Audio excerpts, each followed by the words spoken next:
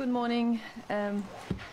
So, kind of change in the plan, in the usual planning. So the HRVP will deliver a short statement on the decision of the Council right now to launch the EU naval operation. It will be statement only. Questions you will be able to ask questions in the main press conference. And following the HRVP statement, General de Rousier will brief you on the technicalities of the operation on an off-the-record background briefing. So HRVP, you have the floor. Thank you very much. We thought with the ministers it was right to give you the news immediately from my own words that the decision to launch the naval operation has just been taken. It is probably the first time the European Union takes the issue of migration so seriously in such a fast way. With, as you know, unanimity and unity. I would say this is a sign that the European Union is trying to turn the page. Less than 2 months ago, the European Council tasked us to prepare an operation in the Mediterranean to save lives, first of all, and disrupt the business model of human traffickers and smugglers. The operation is being launched today. The target, let me be very clear, the targets are not the migrants. The targets are those that are making money on their lives and too often on their debts. It is part of our effort to save lives. We will start implementing the first phase of the operation in the coming days. This covers information gathering and patrolling on the high seas to support the detection and monitoring of smuggling networks. Before moving to phase 2 and phase 3 of the operation, the Council will assess whether the conditions for transition beyond the first phase have been met.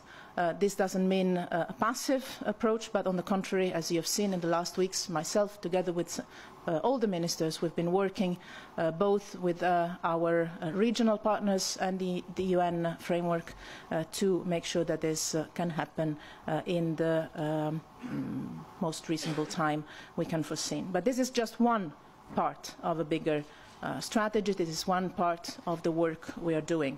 From the external affairs perspective, our work is focusing on what happens before men, women and children reach the Mediterranean shores. That's why I met the 5 foreign ministers of the Sahel countries just last week, in particular with a special focus on Niger and the region of Agadez. That's why we're working on the African Union, with the African Union on our summit in Malta later this year.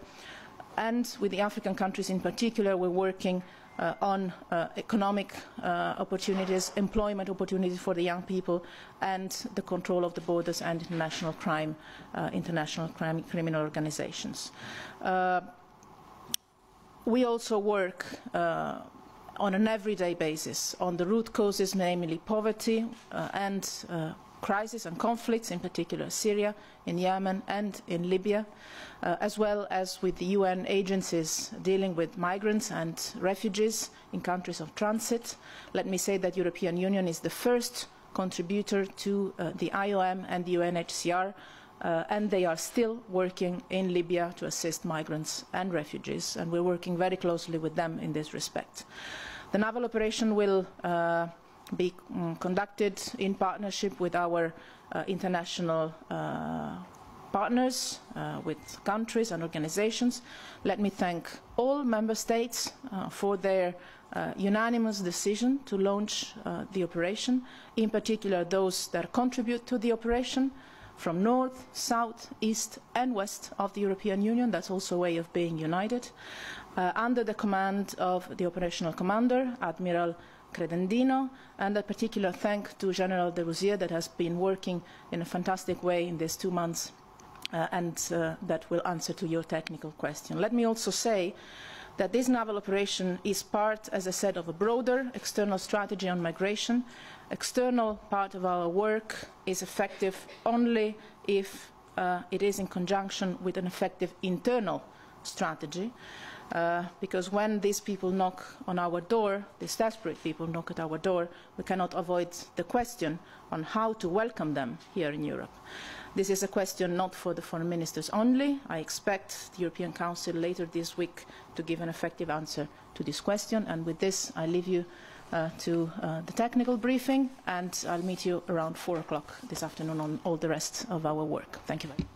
Thank you. We will make a short break to allow the technicians to cut the on and pass on off the record, and the background briefing will be retransmitted in Brussels in the press room.